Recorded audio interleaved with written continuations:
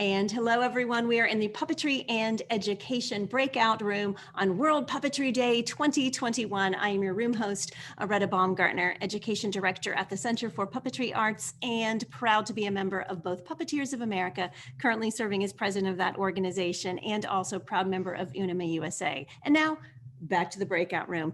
Y'all, again, if you don't mind popping your email address in there, that way Michael can take this email address if you see in the chat and add you to the list that is getting invitations to join informal Zoom chats hosted by the Puppetry and Education and Therapy Committee. Those are an amazing resource. So the best resource we can give you in this room is connection to community.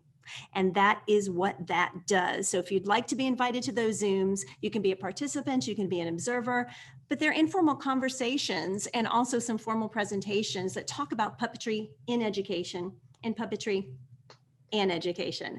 I am going to talk about that right away. I'll mention in my position here as Education Director at the Center for Puppetry Arts, we constantly have a conversation. And if you are interested in this field, I'm going to ask you to please think about this. You don't have to have an answer, but if you do, please share it with me after I'm posed the question.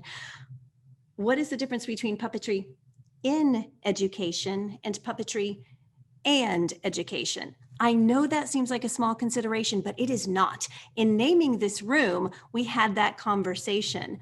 The way I look at it here at the Center for Puppetry Arts, again, this is my organization. I would love your input in this discussion too.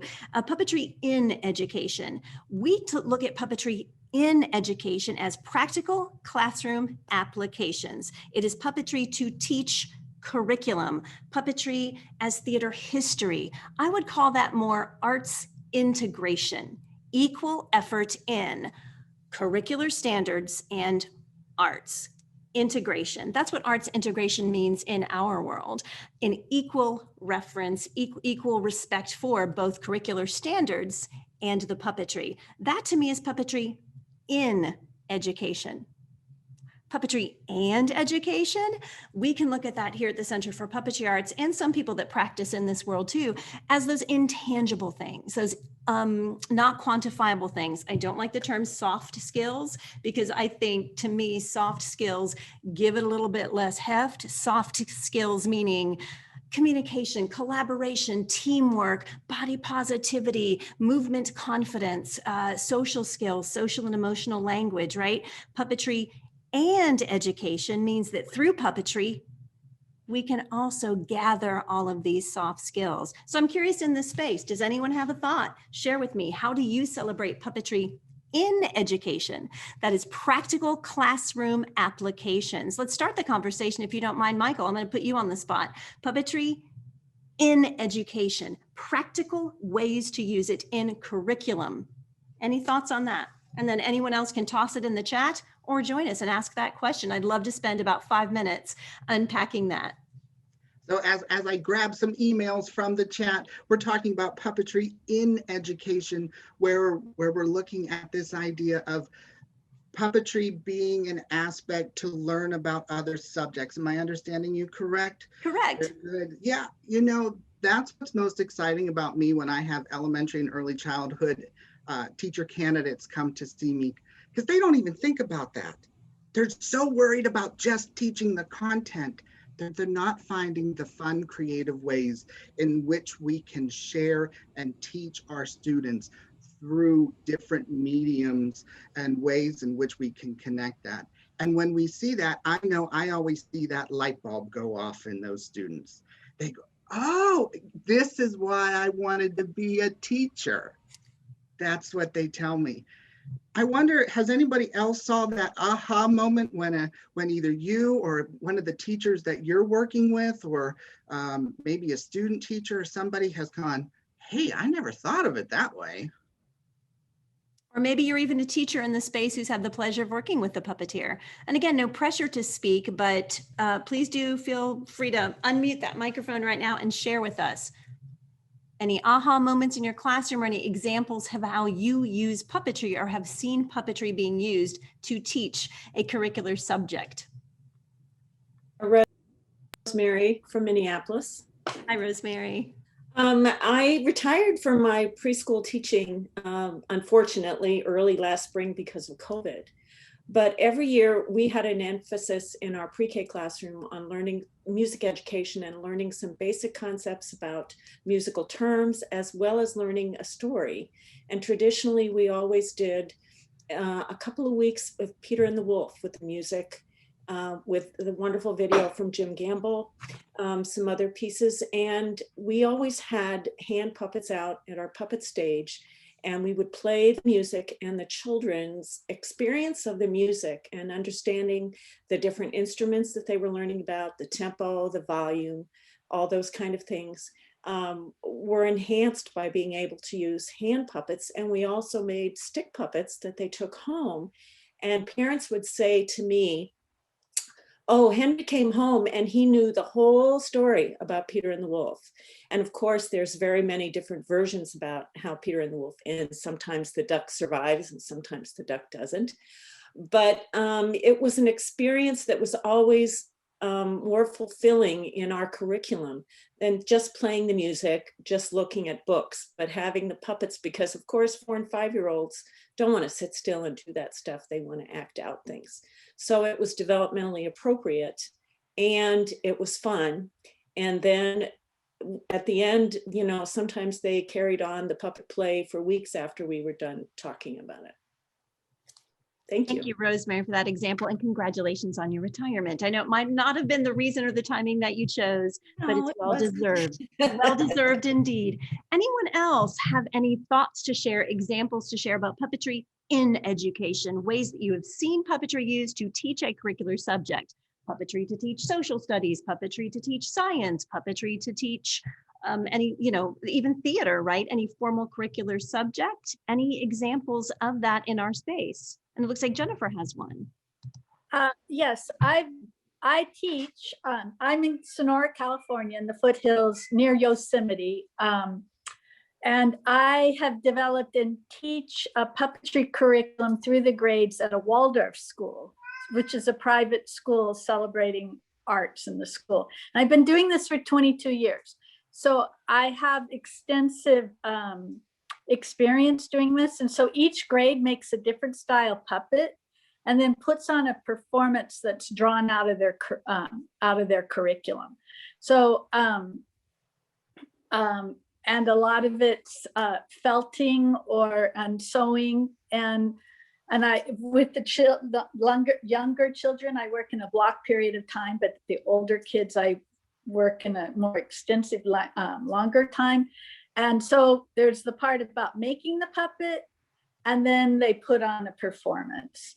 And that's a whole different skill set. And it's a very social art. And we explore shadow puppetry and marionettes and table puppets. And when the kids are young, we sit in a circle and the audience sits behind us. So it's a very developmentally appropriate way to perform, because the children aren't in a linear fashion. They're kind of held, and I tell the story and they walk the puppets through it. They write poetry. But in 4th grade and 6th grade, they do that. 8th grade, they make rod puppets of biographical figures, and they write, they research their individuals who have uplifted and served humanity in a meaningful way. And they make rod puppets, and they're in a heaven setting because they've all passed over the threshold, these individuals. And in conversation, they share their biographies about what they did on Earth. And so anyway, I've been doing it, and my board, our school, has allowed me to explore it. And in addition to all that, I also perform for the kindergarten on a regular basis with fairy tales or shorter stories. So anyway, I thought I'd share that. Terrific. Thank you so much for sharing, Jennifer. We do, again, in our space, have people coming and going, and we welcome every awesome human in our space to share as they come and go. Those who have recently popped in, please take a look in the chat if that's something you're comfortable with. And know that in there, if you pop in an email address, that will only be used for Michael, the chairperson of our Puppetry in Education Therapy Committee, who's waving at us all right now, to capture that email address to invite you to, no pressure, but to invite you to some Zoom chats that happen And Michael, can you tell us a little bit more about that? I do see some new faces, so tell us a little bit more about those Zoom chats, please. So throughout this year, Judith O'Hara, a former chairperson of Puppetry and Education and Therapy, also known as PETE, has been offering some Zoom chats with educators and therapists around the nation and kind of the world. We've been branching out all over, finding people and how they've been working with education. Some of these presentations are formal, some of them are informal chats. And we would like to invite you to attend one of these sessions on March 24th. And on March 24th at 7 o'clock Eastern Time, we will be offering that Zoom chat. If you would like to be invited to that, go ahead and put your email in the chat, or you can email me if you feel more comfortable. And I'm going to post that right here in the chat room so that you have my contact information. And you can send me your email and I will add to the list, and you'll receive an email with that Zoom link so that you can come and join us and talk and find out all about this education and fun stuff.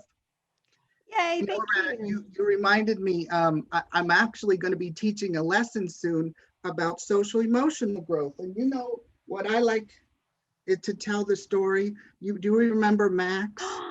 I mean, Where the Wild Things Are. Those kids love, I know, I look at Joanne just smile. I just love your smile that you know this guy. He's so great.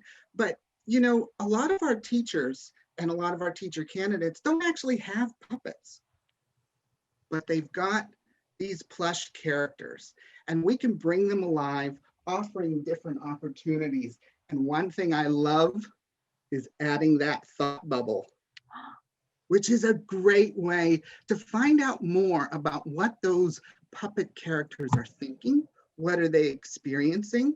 How are they going to solve the problems? And it's a great way to get the kids thinking outside of themselves, thinking about empathy and those different ideas. What a phenomenal idea. Thank you. And again, so we're kind of talking about puppetry in education and puppetry and education. I know that to some there's not too much of a distinction or difference, and there doesn't have to be. Just in my practice here at the Center for Puppetry Arts, we do try to think about those two things and the way they relate to arts integration versus arts enhancement. That is really quite a robust discussion in the field of puppetry in education, puppetry and education. So just a reminder, there is a difference in teacher language in arts integration, which is equal commitment to curricular standards and the art, and arts enhancement, which is using the arts and they enhance the curriculum, but there's a little bit more emphasis on the arts part. So as we begin our practice in puppetry in education, puppetry and education, it just made sense to start with that conversation. So we are aware that when we use our language and our vocabulary, that arts integration has a different meaning than arts enhancement. And that's just useful to guide your practice, I think. I love that Jennifer said something about the social art of puppetry, and that is kind of what I mean, right? About arts enhancement, really. And again, this is in my practice. Feel free to toss your own stories, raise your hand, unmute. But the arts, those quote unquote 21st century skills, right, of creative problem solving, creative thinking, communication, collaboration, that kind of stuff that puppetry is so good at doing. I did get a question in the chat about, and I'm happy to share this stuff because I put it in my file, some additional resources. I'm going to toss in the chat right now. I am old school, y'all. I love books. And I'm about to wheel this table over and show you some of my favorite books for puppetry and education. But I'm going to toss a handout, two handouts actually, in the chat in case these are useful. The two that I'm tossing in that just happened to be interesting to me, and if anyone wants to open those and say, yes, I love that book, or maybe it's not been as effective for me, that's okay. This is a shared space for conversation. I've tossed in the chat a teacher and family resources handout. These are books that I love to share with folks who are looking to explore puppetry, with either those at the beginning of their journey or that are younger in age. And then I tossed one in that are resources that I tend to share with theater makers, with teens and with adults. Again, I'm old school, y'all. I love me a book. So that's why those are definitely book heavy in that chat. But in case that's useful, I tossed them in there. anyone in there able to open it and take a look, please do. In the meantime, Michael, I'm going to ask you, are there any books that inspire you in your puppetry practice? Y'all, just so you know what I'm going to do here, I'm going to temporarily roll, and I don't mean to distract from Michael as he speaks, but I am going to roll this table. You're going to see one of our classrooms at the Center for Puppetry Arts, and it's going to be visually crazy and have a lot of things that might distract us. So I do apologize for that, Michael, as I move my table to get across the room. I don't mean to be disrespectful, but there's going to be a lot of puppet stuff in this room that you're going to see as I roll. So That's wonderful. I was wondering, when would it be appropriate for me to share my own stories? Elizabeth, I would love to hear your story. I think that's a great idea. I want to share this book though too. This is from one of our members, Joanna Smith. She's written a great resources. This is called Puppetry in Theater and Arts Education. I'll also post this in our chat so that you have this book. But this is one of our puppet friends, one of our members of Puppeteers of America. And she's a great friend and colleague and has really done some great work with puppetry. Now, Elizabeth, what work have you been able to do with your work and working with kids and puppetry? Would you mind sharing one of your stories? Well, I was wondering about two totally different stories. One where, as a performer, I would go in with a story like The Three Wishes, and I would first read them, the children, two different versions, or I would send the book to the school and ask the teacher to read two different versions of The Three Wishes. And I would perform my puppet version of The Three Wishes. And then I would go in afterwards and have them compare the characters, the setting, and that's one of the core values. I don't remember which standard it is, but comparing stories is one thing. And then a totally different one experience is going in to teach 3 skills of conflict resolution, going in on 3 different days, and each time you bring puppets in. So the first time we're talking about when you feel angry, and they have the kids are in small groups with a leader in each group, and then they have small puppets that I brought where they say what makes them angry. And then you go in another time with as I said, I go in 3 times. And another time is where they use iMessages. I feel angry when you do such and such. And there are 2, each child gets 2 puppets and has the puppet talking to each other, as opposed to having 2 kids with 1 puppet each talking to each other. I thought it was good for the child to be the 2 different characters and take the 2 sides.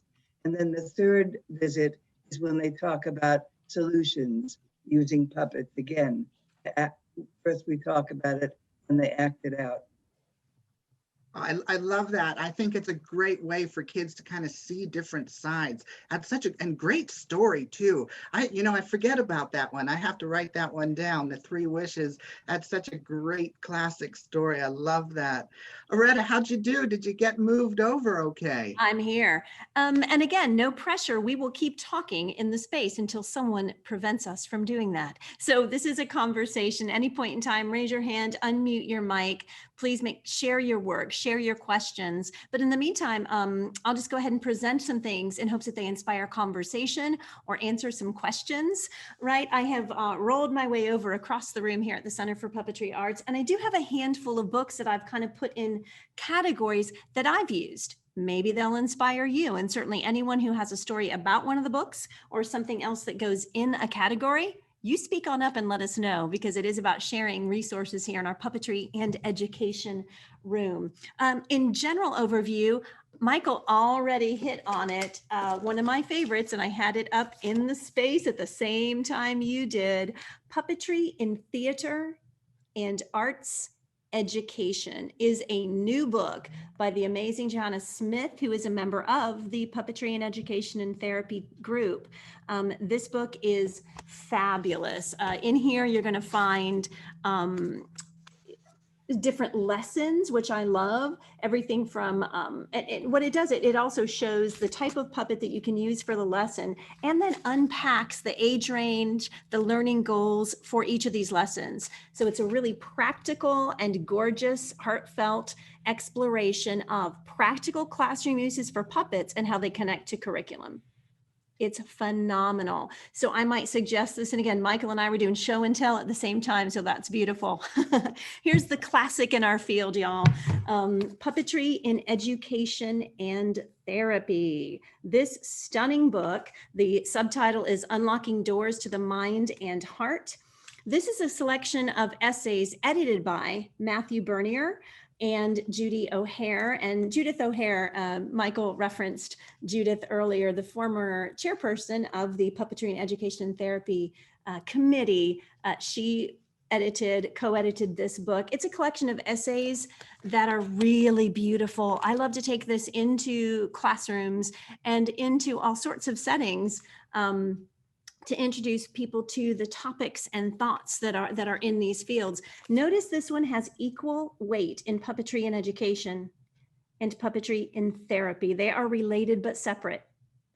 Though I do use puppetry in education, I do not in any way, shape, or form pretend to be a therapist or a specialist in that field. Puppetry does unlock when you use it in education. Of course, it unlocks expression and it unlocks stories, but I find this, and again, just something to think about, I find that I have to be very careful at which point I stop my teaching and then refer them to a colleague who specializes in puppetry and therapy, right? So that those social emotional stories and anything that unpacks and deals with deeper issues, deeper emotions, I do kind of toss that over to a colleague. And one of our colleagues in the field is Matthew Bernier from the University of Virginia Medical College. He is I would say, one of the foremost practitioners in puppetry and therapy. Lots of great humans doing it, but reach out to Matthew Bernier, and I can find his information, toss it in the chat. But these are two general books that I would suggest. There are more, and I get no commission. These are just two I use in my practice. Two general books on puppetry in education and education. The next group I think I'll share with you would be a group of books that I love to use to build puppets with kiddos in the classroom of all ages. I happen to be a huge fan of John Kennedy and his puppet building. So John Kennedy is a puppet designer and builder, has worked with Henson, does all kinds of great things. He's got books, Puppet Mania. There's also Puppet Universe, but John Kennedy has phenomenal, brightly colored, inviting, awesome puppet designs. Here's what I love about these. They are challenging enough to feel really fun for older elementary, but accessible enough and resource friendly enough for everyone to use them. So John Kennedy's books inspire me. And then Matthew, I'll toss it to you, or Michael, I'll toss it to you to see if you have any other ones. Here's another John Kennedy, Puppet Planet. I use this one all the time as well. And again, just fantastic designs. Rod and Reel Rodent is great. He even uses a fishing line. He does get to some pretty beautiful, accessible designs as well. So I love John Kennedy. This book I've used more than any other, and this is also great for social studies and equity, diversity, inclusion. It's called Puppets Around the World, and this one is Discover Puppetry in Other Cultures. The author is Meryl Doney, D-O-N-E-Y. Y'all take a look at this. It covers global puppetry styles. And I know with our cameras, it's kind of hard to see, so I'm happy to share.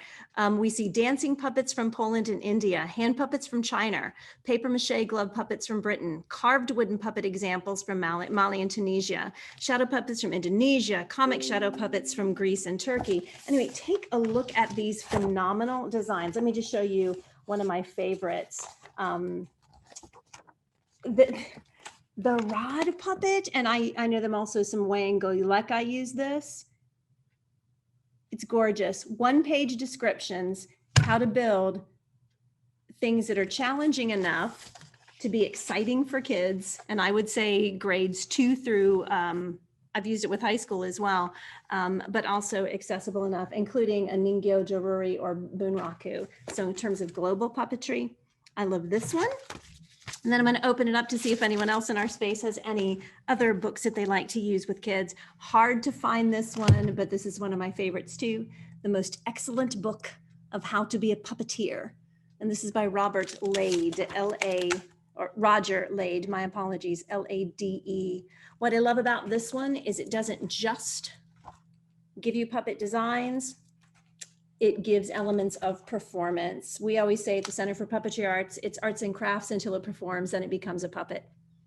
So that's our view, right? But this one is phenomenal for that. And I'm going to ask about anyone in here if you have any other books. I Can Make Puppets by Mary Wallace is a rock star book I've used a lot. And I know we have some puppet authors in this group as well, so feel free to pitch your own stuff and tell us about your work as well. And then of course the Foam book by Gracie Puppets, templates to make more intricate foam puppets. So again, just a couple of basic categories, the 2 basic books for puppetry and education, then some, I would say, entry books into building and arts and crafts activities with puppetry elements. Anyone else in this space have some books that they love or books that they are looking for? Rosemary, what can you suggest for us? This is out of print, but you can find it. It used to be available through the puppetry store a long time ago. It was published in the 80s. And it's a bound book, but it's got instruction for making puppets, but it's also got good information about developmentally appropriate puppetry with early childhood people. And then this is a book by Ingrid Crepeau called A Show of Hands. It was published by Red Leaf Press. I just got it. And Ingrid actually, she's one of the mascots for the Washington Nationals baseball team. But one of the nice things about this book is that it has some specific information about working with children with specific developmental needs and how puppetry can enhance your education experiences and the socialization and emotional development of young children. Thank you, love it. Joanne. I'm going to put you on the spot a little bit, if you don't mind. I've had the pleasure of knowing Joanne for years now and actually using some of Joanne's written material as well. Can you share us a little bit of those resources so that we know we can contact you if we need more information about them? The book is Fun Puppet Skits for Schools and Libraries. And we have three sections in there, and it's original skits and stories based on books and stories based on songs. And I'll be doing a session for the American Library Association conference this summer. Thank you, Joanne. Yeah, we got some VIPs in our midst for sure. Everyone in this space though is equally VIP. So can anyone, oh yes, we hear the Eye of Making Puppets Come Alive. I put that one in sort of a puppetry textbook category that I have over here. I use that one quite a bit as well. Making Puppets Come Alive by Fijan and Engler. The stuff I love in here, especially for me, for what it's worth, it's all great. But on page 90 to 91, these little puppet improv scenes I use with students all the time, nonverbal things. And she has them divided into, they have them divided into 20 some scenes, such as puppet hops on and looks at audience. It is very shy. It waves hello and hops off, right? These beautiful little tidbits out of a card where you can assign student scenes and students of all ages to express non-verbally the magic of puppetry and emotion. So I love that one. Thank you for reminding me and sharing that one too. I love that one. The other one that I think is a great, just general puppetry, I've used it for a college course that I've taught. This is the puppetry textbook I used both times, is The Complete Book of Puppetry by George Latshaw. Also called Puppetry, the Ultimate Disguise in its original one, but this is George Latshaw, Steve Abrams in our introductory comments, Steve being the editor of our Puppetry Journal for Puppeteers of America. He said hello earlier with a George Latshaw puppet. George is the original editor of the Puppetry Journal. Amazing, he was an amazing artist, and this is a book that he authored. I love this as a textbook to teach a puppetry course personally, because it takes you from the idea of what is a puppeteer, how to turn an actor into an animator, right? Some acting exercises to help you do it. Then a chapter on design, the basic elements of designing for puppets. Then activities once you build them on how to express with puppets. And then it does have templates and patterns as well. And it does include the how to use puppetry in educational settings in here too. So those are some textbooks. Y'all, we have some great humans in our space in puppetry and education. Are there any? Feel free to toss it in the chat. What brought you to this space? What sort of resources are you looking for? Or you can unmute and let us know as well. The final thing, we're going to get recalled in about 15 minutes. If it's of interest to you, I have a table of puppets that I have pulled that we use here at the Center for Puppetry Arts across puppetry styles, just examples that we built and build with and for children. And if that's of interest, I can certainly dig into that a little bit more deeply. I also am going to put in the chat a packet that I have used for teachers. In fact, just yesterday, I taught us 3 workshops for directors and teachers for Washington Thespians, their state thespian festival. And this is the handout that I give for Puppetry Play Shop for teachers and directors. So what I do with this one, if it's of interest to folks, I'll kind of show you what's in this, just so you know. And please know, I don't pretend to be an expert at anything. I feel like every good teacher also has to be a good student. So I'm constantly learning, constantly looking for resources. I'm simply sharing things that make sense to me in the hopes that they may be useful to you. But I'm constantly taking workshops and trying to learn from those who have more experience in the field and things I don't know. This is the way I approach teaching puppetry personally. I have us all chant, a puppet is anything you can pick up and bring to life. Anything you can pick up and bring to life. I am such a kinesthetic learner myself, and I'm such a rhythmic learner that I bring all types of learning into my classroom, right? Whether it's the call and response, the tactical stuff in non-COVID times, the written word, anything I can do. So I do approach it, and we always start with object puppets when I teach puppetry. That's just my approach. These are the basic vocabulary, the way I teach it based on 25 years of my training. So this is all the vocabulary I use when I teach it, if it's of interest. Again, it's not necessarily for everyone, and that's okay. Feel free to email me if you have any questions. I always have folks ask and answer the question, why puppets? Puppets are not a gimmick. Puppets are not a fad. Please make sure that we have reasons to use them in our teaching and in our learning, right? And of course, we embed puppetry in education and education in it too, but just kind of slowing us down. Those of us in this room and those of us who embrace puppetry, we work really, really hard at giving it the gravity and the respect and the pride and the love that it deserves. So I like to slow folks down and say, why puppets? And I have a little page on that. Move into, we divide here at the Center for Puppetry Arts, because we have 3 museums, we divide them into 5 styles here, which I find useful sometimes. If folks want to teach a puppetry unit, they can kind of teach based on style. It doesn't mean you don't combine styles. There are hybrids, and that's okay. That's week 6. But we say hand, rod, string, body, shadow. So this is, again, the handouts in the chat.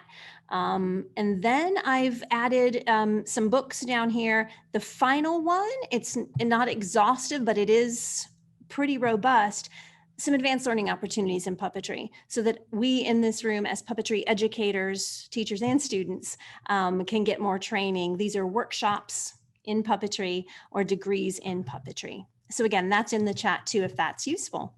I'll just, any thoughts? Michael, what's on your brain? What's going on? Because I can show some of these, but what thoughts do you have that you can share with these good humans in our space? You know, I love this. And on Saturday mornings, I run actually a creative drama program for kids in kindergarten through 6th grade. And during that time, we don't actually focus on the actual performance, but it's about the process and the experience. And this year has been so much fun because we've been able to integrate inanimate objects into our creative drama sessions, and kids have been able to come on Zoom, blast back to the past, meet different characters from history, talk with them, and then travel back, all through the magic of Zoom. As we're working in our technology and all the opportunities that we have with our technology, we don't have to be so structured anymore. Although we're in little boxes, we actually have a lot of room to grab things from different angles to really play. And that's what makes things so fun. Look at that. Oh, look how, see, how can that interact with the character over Zoom? And the kids, their eyes just light up as they're able to talk. I know, Aretta, you've done a lot of Zoom kind of presentations, haven't you? Yeah, 1,000. I'm at about 1,000 since in a year. It's a lot of Zoom time. A lot of Zoom It's time. a lot of Zoom time. And I do love that we can use that camera. Yeah, and the reason I held up this spatula wasn't to interrupt you, Michael, but to support you. This is how I teach puppetry basics. I encourage folks, grab a thing around you. Let's define the basics: floor, focus, ambient movement. It empowers everyone in a resource-friendly way to transform the world around them. So in terms of teaching, I love just to say, grab a thing around you and turn it into another thing. And that's been kind of exciting. And yeah, and then we do collage object puppets as well. You know, with just wooden bowls and some back scratchers broken half, right? And a detergent bottle. Been a fun way to do it. But I will show you a great question in the chat. Let's see what it is here too.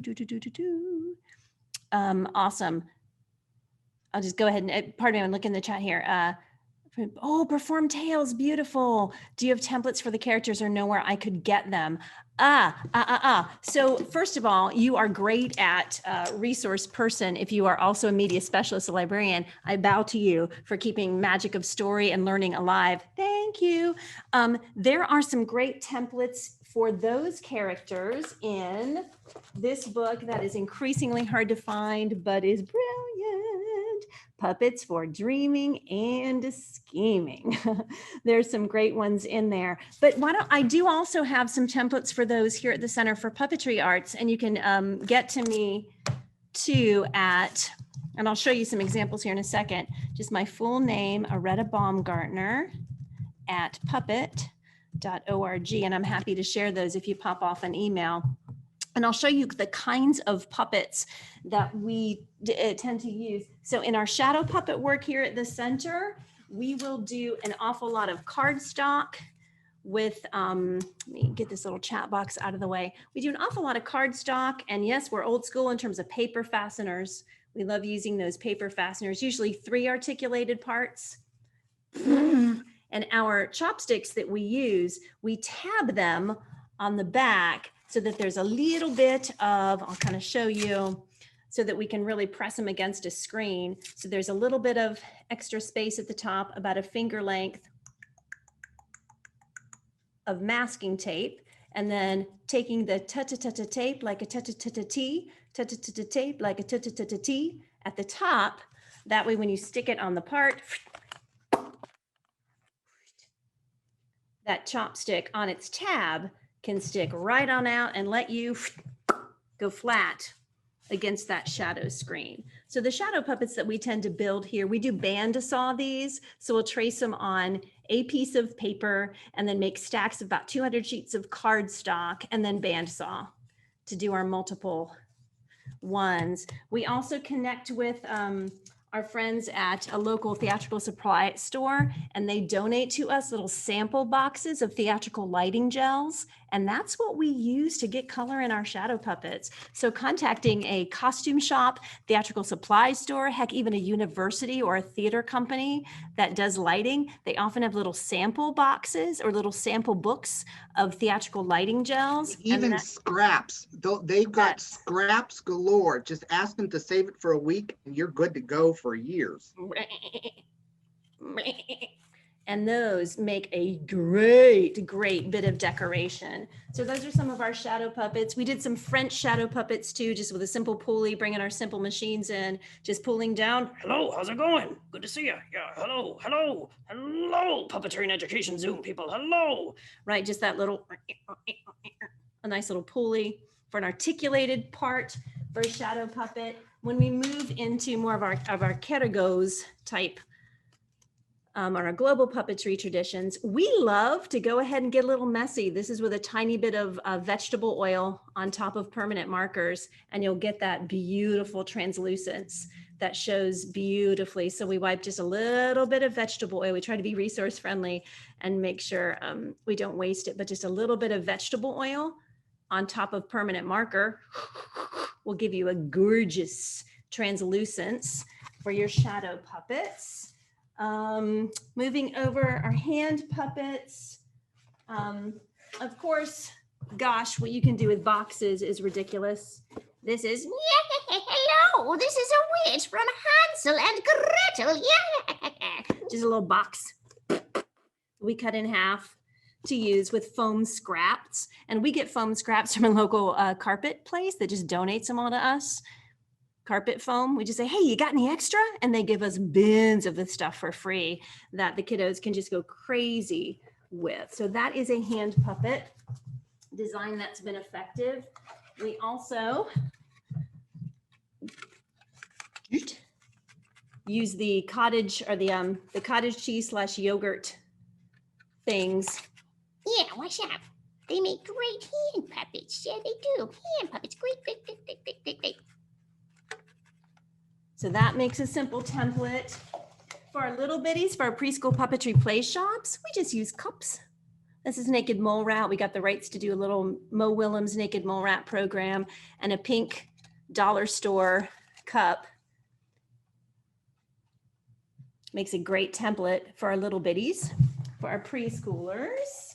Another awesome hand puppet, extra cup, just a Dixie cup, cut in half with a little bit of manila folder, and that makes, oh, yes it does. It makes a very good puppet too. Yes it does. Hello. Oh. Right, just a little Dixie cup with manila folder in there, and I promise he has eyeballs in there somewhere. Some little buttons, hand puppet. Yeah, and this is the one we do for ages 9 to 12 for puppet camp every summer, which ends up being so inexpensive. It's only about $2 a puppet. These are styrofoam balls with paper clay, and they can paint it. So they're a beautiful combination of, hand and rod puppet. And there's just a toilet paper tube inside the head. We do the drilling out of the space for the toilet paper tube, but my fingers are in a toilet paper tube. And that's the hand and rod puppet that we use for our puppet campers. And this works for ages 9 to 12, we find. Paper clay. And that, so those are some. Is this useful for anyone? Please make sure to just kind of ask any questions if you have them, or I see some thumbs up because I can keep going. Okay, beautiful. And friends, please know that we have about 8 minutes left in our shared session today. The most important thing is just knowing that there's a community here. We're so willing to help. And through Puppetry and Education Therapy Committee, Michael, one more time, since we do have some new friends in here, can you tell them about the Zoom chat on Wednesday? And then I can keep showing some puppets, but one more time, since we have some new friends, if you don't mind popping that in the chat so the magic can continue on Wednesday. That sounds awesome.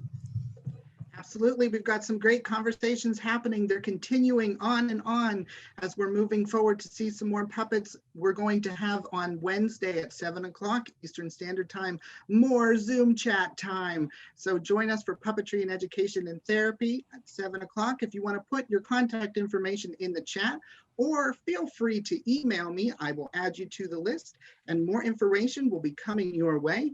This is Pete Chats, Puppetry and Education and Therapy. Look at that creature. Oh, he's fun. Yeah, so our marionettes, our simple string puppets that we tend to do, this is a good investment, y'all, for your company.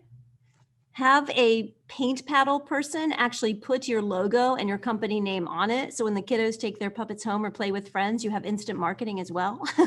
But these paint paddles that we just drill in our drill press, huge stacks of them, make beautiful marionette rods, right? And just, again, an example to just a double marionette that has quite a bit of movement, really, for a very simple puppet for the kiddos. So a reluctant dragon rod and string puppet, our string puppet, that is a marionette design. Our Charlotte the spider, again, jumbo craft stick, y'all. It doesn't have to be what we find, right, that's the more simple, the better sometimes, the more effective it can be. This is, oh, I got little Charlotte all tangled up for our last production of Charlotte's Web. Just a craft stick, a popsicle stick with our little holes. And again, folded paper, but it really makes beautiful movement for our little Charlotte marionette, a manila folder, and some cardstock. So in terms of our marionettes that we do, quite simple. We are fans, as I think many of us probably are. The most intricate we get here at the Center for Puppetry Arts with marionettes with children is that scarf marionette design, kind of an infamous, beautiful little design. And that's referenced in 3 of the books I showed you earlier, but I'm happy to show you. Oh, I did forget one of our hand puppets, y'all. This is, we do ultraviolet light, black light reactive puppets too. This is our basic hand puppet design at the Center for Puppetry Arts, and I'm happy to send you the template. It's just paper folding can make a very effective hand puppet. Yes, it can. These are about 58 cents a piece materials wise, and with some ultraviolet light, they glow beautifully. And we get movement not only with the puppet, but movement with light, which is kind of fun too. So the shadow hand string. Let me quickly show you some rod puppets in the last 4 minutes in case it's of interest. We're so happy to have welcomed the amazing Joshua Holden. And this was a swift snail puppet that we did for his show. So rod puppet, redefining that, can be control rod from the base and from the head,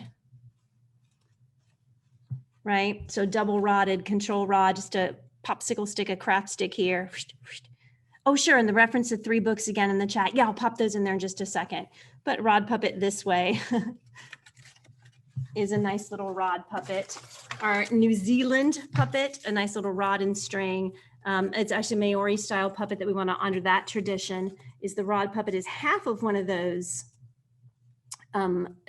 paint sticks with our string down here. Again, a simple pulley, right? So Mary rod puppet with a little bit of string action to have that pulley happen.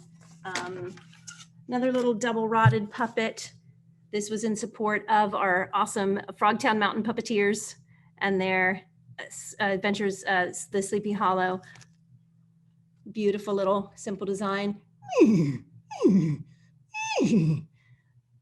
Craft stick there, craft stick here is a very inexpensive and effective one. Of course, some old ribbon and Chanel stems and a couple of little ping pong balls. And then finally, I'll kind of swing over this way. Our body puppets that when we do bread and puppet style puppets, it's a pool noodle for the shoulders here, a pool noodle, wooden dowels, and plastic tablecloth, right, and cardboard. And this is our other bread and puppet inspired body puppet that we tend to do with kiddos as well. Half of a paper towel roll, larger paint paddles, some rope, smaller paint paddles, and it's a nice effective parade or body puppet, especially if we need to do outside performing this year with kiddos masked and outside. This design is something we're considering employing for puppet camp this year. So if that's inspiring, right, those are just some examples of puppets that we have used in puppetry and education with teachers and with students. Any of that stuff, I'm happy to send templates and share ideas. We're just about to be recalled. So in that chat, I will say that what I can do, because we're about to be recalled, just please, if you have a question, just so I don't lose the question, take my email address and email me that, because I think this chat's going to disappear in a second and I might not have time to go back, and I want to get you what you need. Aretta Baumgartner at puppet.org. So that way, in case I can't get back and grab all of them and post everything in there, you don't lose the resource and the contact. Let me go back and look. Michael, I think you've grabbed some of the email addresses right from the list for these Zoom chats, I believe. I did. I've got everybody's email, so thank you so much for that. You'll get some